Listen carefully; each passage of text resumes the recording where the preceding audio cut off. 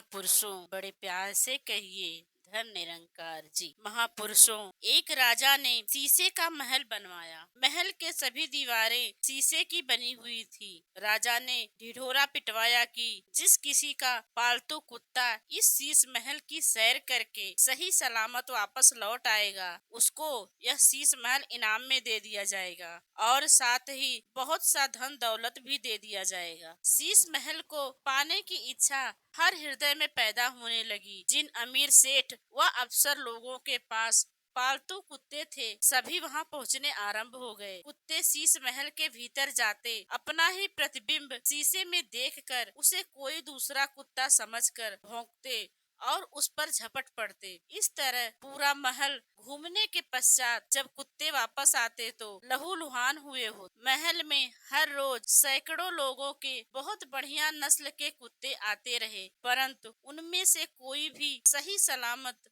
वापस ना लौटा। एक दिन एक महात्मा एक साधारण नस्ल का कुत्ता लेकर आए। यह कुत्ता सारा शीश महल घूमकर सही सलामत जब वापस पहुंचा तो राजा और उसके कर्मचारियों को बहुत आश्चर्य हुआ। राजा ने महात्मा से पूछा, हे भद्र पुरुष, शर्त के मुताबिक यह शीश महल और इनाम तो आपको मिलेगा ही, परंतु पहले आप यह बताएं कि आपका कुत्ता सही सलामत कैसे वापस आ गया। महात्मा ने बड़े सहज भाव से उत्तर दिया, हे राजन, जब मेरा कुत्ता कुछ ही दिनों का ही था तो मैं इसे हर रोज शीशा दिखाया करता था। फिर मैंने अपने घर में ही एक छोटी सी शीशे की दीवार बनवाई। आरंभ में अपना प्रतिबिंब देखकर यह कुत्ता भी बहुत भौंकता चिल्लाता था। अपने प्रतिबिंब को दूसरा कुत्ता समझकर झपटता। हर रोज के अभ्यास के बाद इसे ज्ञात हो गया कि शीशे वाला कुत्ता कोई और नहीं बल्कि मेरा अपना ही साया है। बादशाह सलामत, मैं पूर्ण सतगुरु का शिष्य हूँ। आज आपके चरणों में केवल यही विनती करना चाहता हूँ कि यदि आप अपने राज्य में सुख, शांति,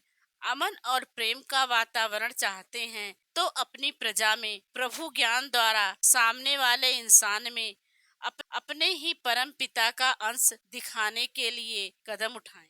हम सबकी आत्मा इस प्रभु का ही अंश है। जब प्रत्येक इंसान को दूसरे इंसान में परमात्मा का अंश अर्थात अपनी ही आत्मा का स्वरूप दिखाई देने लगेगा तो सभी भेदभाव मिट जाएंगे। केवल आत्मबोध ही हमें यह सिखा सकता है कि सभी इंसानों में एक जैसी आत्मा है। इस पहचान के बाद कोई लड़ाई झगड़ा, कोई तनाव रहता ही नहीं, क्योंकि सभी अपने दिखाई देते हैं। मेरे गुरु का मूल सिद्धांत है, एक को जानो, एक को मानो, एक हो जाओ। महात्मा की बात राजा के हृदय को छू गई। उसने अपने दरबार में उसके गुरु को आमंत्रित किया, उनका सम्मान किया और उसे अपना राजगुरु घोषित कर दिया। उसकी प्रजा ने प्रभु के ज्ञान प्राप्ति के पश्चात अमन चैन से रहना सीख लिया। चारों ओर प्रेम और सद्भाव का वातावरण बन गया। कोई भी कार्य करने से पहले राजा राजगुरु की रहनुमाई प्राप्त करता।